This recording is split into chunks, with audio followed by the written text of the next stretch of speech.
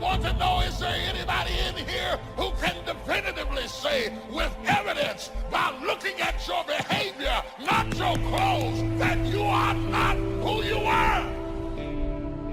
I mean, how many changes took place in 1 year? No matter what we want to think, no matter what we want to believe, we all changed in 2020. My life changed, my mind changed, my habits changed, my discipline changed. I am not who I was. Some of you, you're even watching this right now, and in just less than 10 months, your whole life looks completely different. And you weren't expecting that, you weren't planning on that, you had no idea those changes were coming. I suppose the question is, did you change for the worse? Or did you change for the better? Because everyone changes, but not everyone improves. Successful people know how to change with the times. They don't get stuck in a rut, doing the same thing the same way year after year. They're constantly evaluating where they are, and they make adjustments so they can improve. We have to stay open for change. We can't get so set in our ways that we won't try anything new. This is why many people don't have any enthusiasm. There's no freshness in their life. Every time an opportunity comes for change, for promotion, because they're not used to it, they shrink back. They don't realize that's what's keeping them from going to the next level. I had a change in my heart. I had a change in my mind. I had a change in my behavior. When he got to changing me, I thought completely differently than I do today. You can see it in my walk. You can see it in my talk. You can see it in my behavior. People I used to run with, I don't run with anymore. Places I used to go, I don't go no more. I know I've been changed. I know I've been. But how many of you know that when you get tired, when you get fatigued, when you get desperate, you start lowering your standards pretty quick? Like, you ever woken up in the night mad thirsty? Dude, you make your way to the refrigerator, you open up that refrigerator, the light hits you like it's heaven. Because if you get thirsty enough, you'll drink anything. Some of us have been on the faith journey for a while, and we have gotten tired on our journey. Yet when you start to get tired, it's a bad moment to make big decisions, because you will lower your standards. Some of us in this room, we have settled for second best because we traded an eternal blessing for short-term gratification.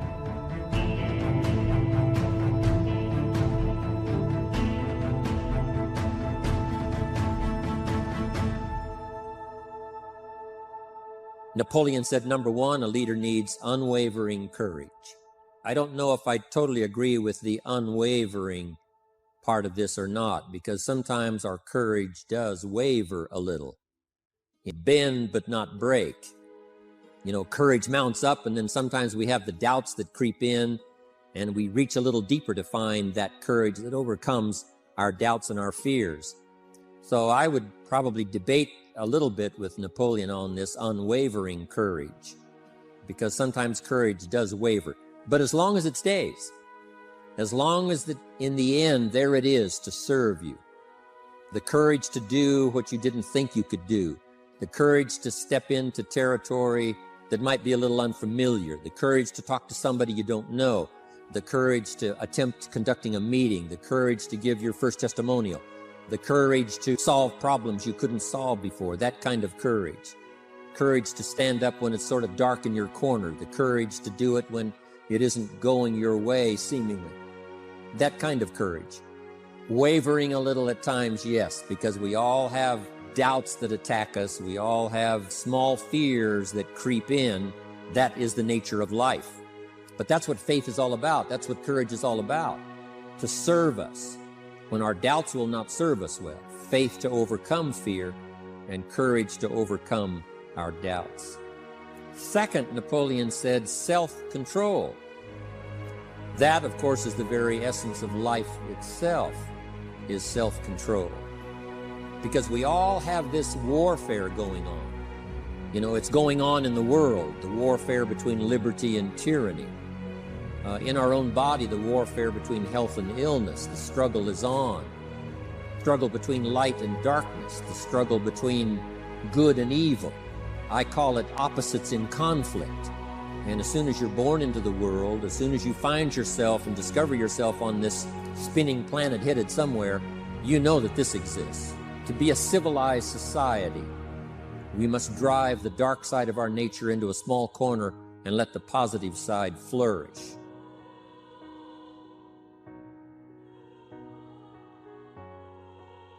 And in the coming days, don't be surprised if God brings new opportunities across your path. Some of you are going to be offered a position that you feel is over your head. Or maybe you single people, God's going to bring somebody new into your life. You'll be tempted at first to play it safe. Think about all the reasons why you can't do it. You've been hurt in the past. You can't get into that new relationship. You're not qualified for that new position. And if you're going to experience God's best, you got to be willing to take a risk. You can't get stuck thinking that it can only happen one way. This life that you're living is one long, big journey. And maybe you hit an obstacle on the way that slowed you down, or maybe put your goal on the back burner, but do not call yourself a quitter. You're already telling yourself that you're a quitter. You put that in your background, and I don't want to see that happen to you because you matter too much. You are not a quitter. You are not someone who gave up. You are simply someone who may have not been ready to face some of the demons that are in your background, who may have not been ready enough to say, you know what, I love myself enough this time to believe myself enough to keep showing up for myself. What would you do with your life if you had it to live over? What is one value, one deep commitment from which you would never budge? Are you proud of how you have been living your life? Have you explored your natural talents, your gifts, by enthusiastically trying a variety of activities? Ladies and gentlemen, a lot of us have so much talent and abilities, we just put them back on the back burner or just left them aside someplace. Never did anything with them, never brought them out here. What are you sitting on? What gifts are you sitting on? Have you resigned yourself to a life feeling that nothing can be done to change your future or your circumstances? Have you been afraid to try something different because you're afraid of how people will react to you or what they will think? Early, we must learn to exercise self-control. Power is a wonderful thing, but it must be exercised properly. It must be exercised to benefit, not to destruction. So self-control is certainly necessary to be a strong leader, so that you can become the best example. The example of having your temper well managed, to having that dark side of your nature under control. The best example of choosing wise words and not being careless, that kind of control. Control of your appetite, control of your desires, so that they fit into the positive side of life and not the negative side. Then he said, a leader must have a keen sense of justice. How very true. Justice we become familiar with, even when we're small. When certain things that happened or were done to us something told us that wasn't right. Someone did us wrong. We have that sense of right and wrong, and it starts very early. Then we have to have that sense of utilizing what's right and what's wrong so that we develop this sense of justice, this sense of being fair, this sense of being on the positive side, on the right side. To minimize a person's mistakes, they need to have this sense of justice. We have to have justice when we're building an organization. What's fair, what is a good balance, certain rules and regulations, so that all of us have a chance to fit within this framework of fairness, justice, and what's right. Otherwise, enterprise cannot work. Otherwise, we have what we call, in a political sense, anarchy, where there is no justice, when might is the order of the day, power is the order of the day, not the law, not the rule, not what's right, but power. And we would all dismiss that. It's been a catastrophe in the last 6,000 years, the governments that resorted to power instead of democracy, that resorted to intimidation instead of freedom.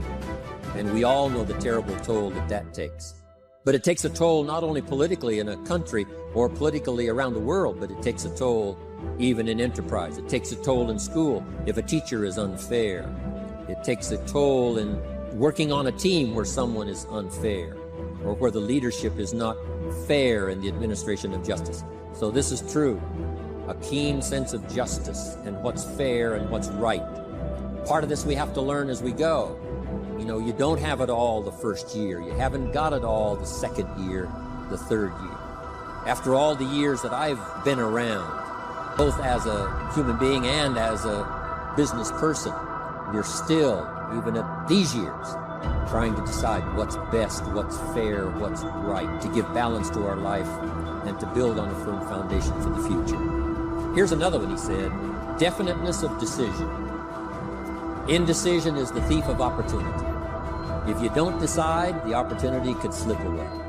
If you don't decide what you're going to do today, the day could get away and you're not very effective.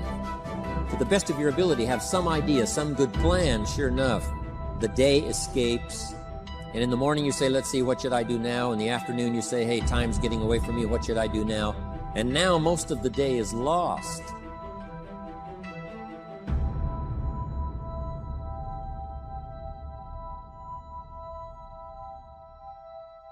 When I know I need to change something, what I do is I change it. I've had people that listen to the podcast and they've reached out to me over the past few years, and one of the main messages that they took and put into action was actually putting things into action. These are just normal people, but they're normal people that knew they needed to make a change. And they decided they were going to make a change, and then they made it. And that is what you can do too. If you have something to change, if you want to change something, change it. Change it now. Find something that you can look at your life that you say, hey, I know I've got a problem in this area, being late. I need to take care of that. Procrastinating. I need to deal with that. Creating an imbalance in my life where I'm spending more time looking at television or having social fun and not spending enough time working on me. See, most people spend more time working on their jobs than they spend working on themselves. And whatever we achieve in life, whatever we create, whatever we're able to manifest comes out of the human mind. So many times, guys, we get distracted by things that we either have no control of or matter nothing to our goals. I want to ask you guys tonight, just do a little favor. And I want you to write down things that you focused on today that held you back from being the person that you want to be. Did you worry about the behavior of someone else, something that you got no control over? Or did you stress about something that hasn't even happened yet? Did you give yourself negative vibes because you're worried about something that you have a fear over? And I also want you to write down things that you focused on today that helped get you closer to the person that you want to be. Did you eat right? Did you exercise today? What are things that you focused on today that you know are going to make you a better version of yourself so that you can show up stronger tomorrow than you did today? You've been given the dignity of choice. You don't have to repeat this year the same as last year. You can tear up last year's plan, develop a new plan.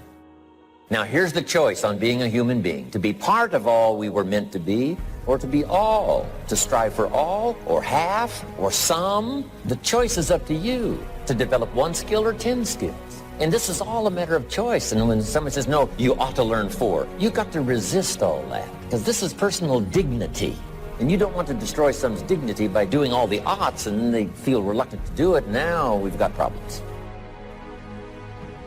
Most of the day escapes not being utilized.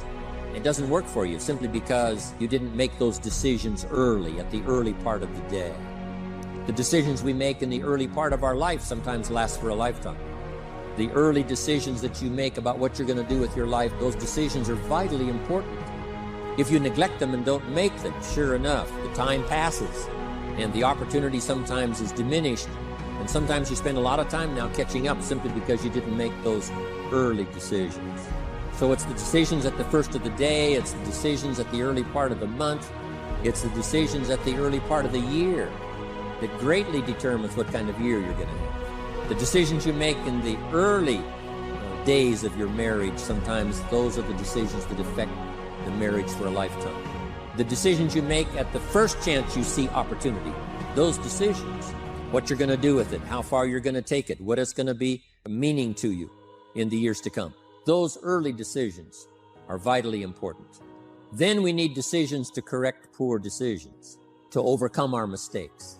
It's possible, of course, for all of us to make unwise decisions. And at the end of 1 year, at the end of 1 week, 1 month, or at the end of a few years, we say, that decision cost me too much. Cost me a lot of time, cost me a lot of money, cost me maybe a good relationship, cost me a chance to be productive. But as long as you're alive, there's still a chance to use new decision power to correct the mistakes of decisions that were bad in the past. All of us have the opportunity to do that, but I think Napoleon was right here too. You got to be definite in making decisions so that the opportunity doesn't pass you by. Take advantage. Here's the next one. Napoleon Hill said, a good leader has definite plans. How important that is. So here's what you should do. The lack of plans have lost a month or two, or you've lost a week or two, or maybe you've lost a year and you were 10% effective instead of 100%. Now's the time to change all that and start making some plans. You got to have some plans for your family, all right? You got to take your family along. Don't leave them out. One of the challenges all of us have in making our plans is how to balance everything, to make sure that we don't regret at the end of a year, I spent too much time on that. I spent too much money. And then if you have, say, how can I not do that again? Construct some better plans so that you won't have any regrets at the end of a year to come, 5 years to come, 3 or 4, 5 years to come. But now for you, your plans to be financially secure. You got to have a good plan for your resources so that you find yourself secure regardless of what happens. One more on plans, and that is the plan for your personal development. The plan to be better this year than last year. The plan to take the classes, attend the workshops, do everything you possibly can to show personal progress, not just financial progress, not just the progress of having one more car or one more home, but the progress of personality, the progress of communication skills, the progress in how to deal with people, progress in using your influence so that it multiplies its power.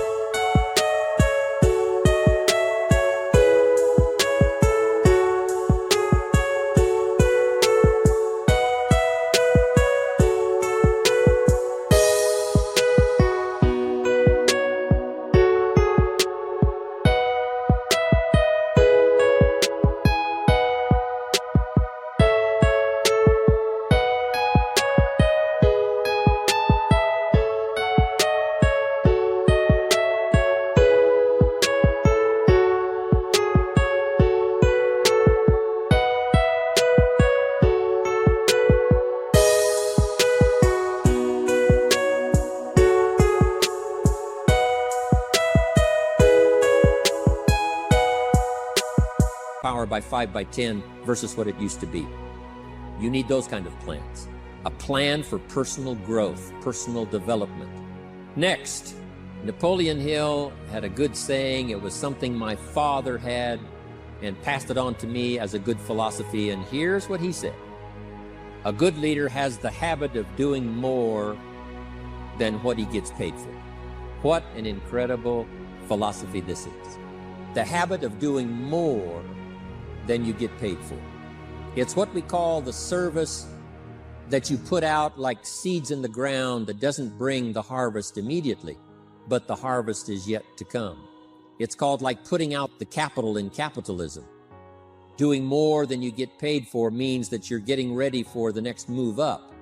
Because if you do more than you get paid for, you've made an investment. The average person might think if I do more than the company requires, then they're ripping me off. I'm not getting paid for that extra time, that extra attention. But you must not view it that way. You must say, I'm getting there a little earlier, staying a little later, as an investment in my own personal future, because I want that kind of reputation. I want that kind of philosophy to work in my life. Do more than you get paid for, right? They've got the product, you've got the money, but you can't stop your investment there. Now you must develop the investment in time, effort, and energy in turning that new customer into a testimonial. And sometimes that's the most difficult work, the work after the sale. Because the sale might be fairly easy. Someone says, hey, I've been looking for this product, I need it, here's my money. But now you've got to stay with them, make sure they don't just buy the product, but that they use the product. And that they don't just use the product, they keep using the product. That's the work after the sale. But if you learn to make that kind of an investment and do more than you get immediately paid for, that kind of investment is so powerful. So you do more than you get paid for up front. It's happened for me, making the investment. When I first started lecturing, I talked to high school classes, college classes, service clubs, and I gave it all away. I went and talked for free. Someone said, Mr. Owen, would you come and do this breakfast talk? I said, sure. Could you do this luncheon talk for this service club? I said, of course. And all of that in the beginning was for free, primarily because I'd made my fortune. You know, I didn't need the money, but I did it for free. But look what it's made for me by giving that kind of service in those early days. And finally, it led to business and led to an enterprise. And I was giving a seminar all those years ago here in Los Angeles, and Mark Hughes was in my audience. So what you don't get paid for, don't worry about that. Just render the service.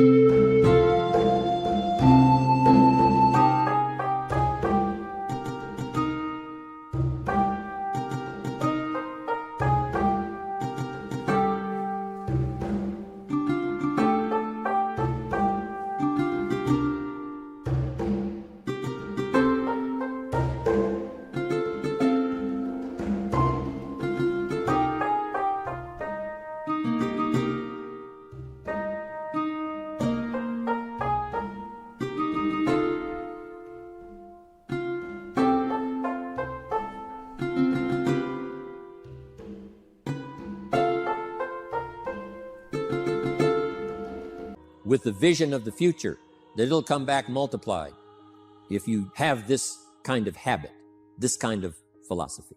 Next, Napoleon Hill talks about personality. You need a pleasing personality. There's many parts to your personality. One is your working personality. You know, the kind of behavior, the kind of attitude that you need, especially in the public. Some things you can kind of get by with, being a little careless, maybe in private, but in public, where it counts so much in your paycheck, it counts so much in building your business for the future, your own personality. But here's what you also must remember. You develop your personality in private so that it serves you well in the public. Sometimes we get the mistaken idea, I can be careless with just these few and be more careful when I have 1,000. But see, that doesn't work that way. Careless with a few, sure enough, that will creep into your presentation for 1,000 people. You say, well, I'm only talking to 2 people, it doesn't matter much. That's when it really matters. Because if you'll practice well there, using your personality, using your influence, to get someone's attention, to get them to listen, to get them to participate, the kind of personality that someone says, I'd like to be around this person. They're unusual. They're not like the average person I meet on my everyday experience. That kind of personality. But you've got to practice it behind the scenes. You've got to practice it one-on-one. And if you're effective one-on-one, 1-on-3, 1-on-5, I promise you, that will get you ready to now perform with the kind of personality, the kind of charisma that wins people when you're in front of 500 people, 1,000 people, 5,000. So this is a good point, working on your personality. Here's the best gift you can give someone, and that's the gift of attention. Attention is so powerful. So, same thing you can learn to do. Utilize your personality, utilize your influence, give people the gift of attention. Next, Napoleon Hill said a leader needs sympathy and understanding. We have to develop that early in our lives. All of our lives, we have to look at those that are less fortunate than we are. Those who need a helping hand, and especially now we learn to look at those who need an opportunity, those who need a change in their health, those who need a change in their life and in their lifestyle. It's this kind of sympathy and understanding that drove Mark Hughes to construct the company. It took that kind of understanding, that kind of sympathy, that kind of deep emotional feeling. Then Mark understood what it meant to be poor. He understood what it meant not to have. He understood what it meant to be short on finances, on resources. He understood what it meant to lack full formal education. He knew all of those lacks.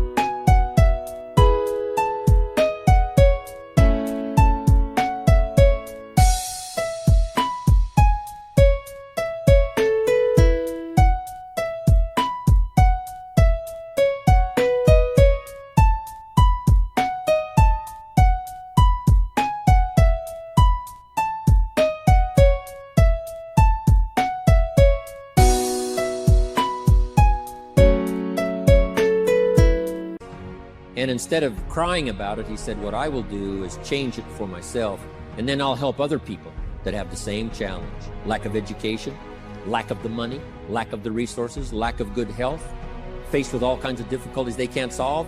I'll get mine solved, and then I'll be strong enough and have the skills to where I can help other people. That kind of leadership quality is so powerful. That kind of understanding. Here's the next one. A leader must have, Napoleon said, a mastery of the details. How very true. All can be lost with just a couple of missing details. The drama is in the details. Someone says, I lost 30 pounds. Well, 30 pounds is 30 pounds, but that's not the drama. The drama is, where were you before? Now someone begins to give us some of the details. And then after they've lost the weight, now how they feel. Now their self-confidence has been restored. Now they feel better about themselves. The drama is in the details. But this is also important in the details of your day, the details of your business, the details of good communication. Master the details. Now here's the next three. Willingness to assume full responsibility.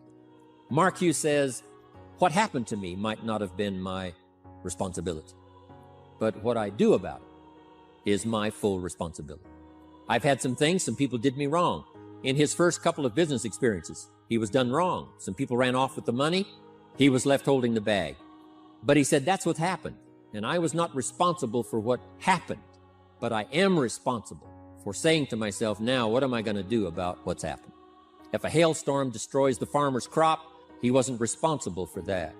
But his responsibility now begins when the hailstorm is over, when he asks the question of himself, what should I do now? Now that this catastrophe is over, now that the damage is done, now what should I do about it? And a philosophy I've taught all these years, it's not what happens to you that determines your future. It's what you do about what happens that determines your future. And this is a major part of it, accepting full responsibility. If you've got an organization, you're conducting meetings, and you're the leader, the responsibility ends with you. Someone else may mess up, make some mistakes, still your responsibility.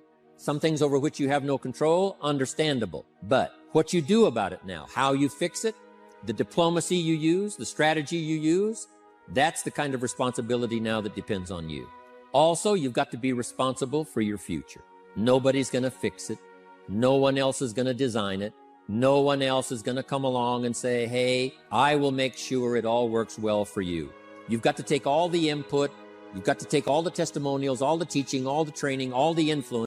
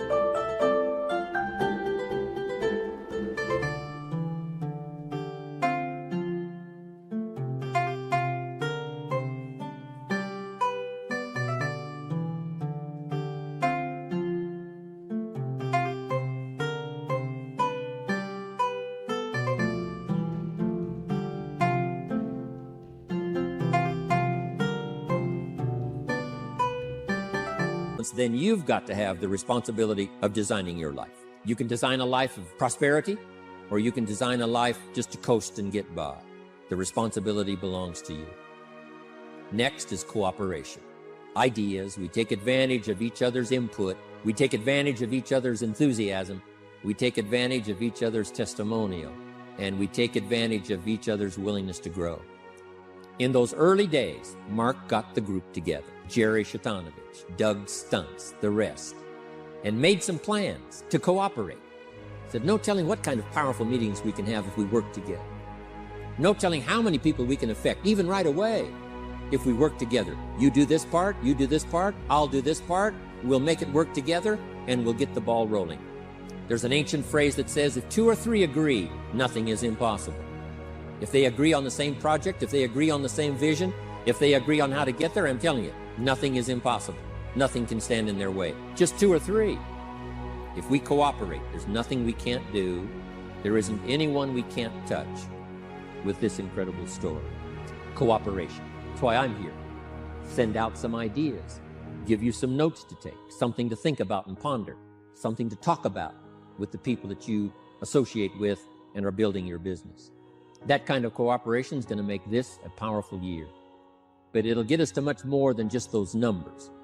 It'll get us to a place of honor, respect, prestige, influence, feeling good about ourselves for the hard work that we're doing, cooperating with each other. Now, here's the last one. Napoleon Hill said, a major attribute of leadership is vision. Vision is in many parts. 1, a vision for your own course to follow. A vision for you, for yourself.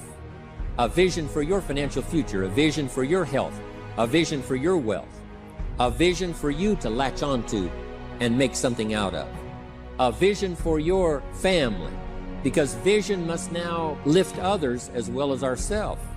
Guess what our family is counting on? That we'll be able to see things that at first they cannot see. That we'll be able to look further into the future than perhaps they will be able to look. The same is true with your organization, the people that are around you. They're counting on your vision. Perhaps you've been there a little longer than they have. Maybe you've been there a lot longer than they have.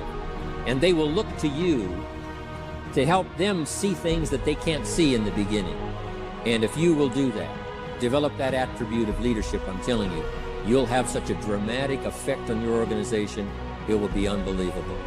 A vision for yourself, a vision for your family, a vision for your organization, a vision for the people that you're close to.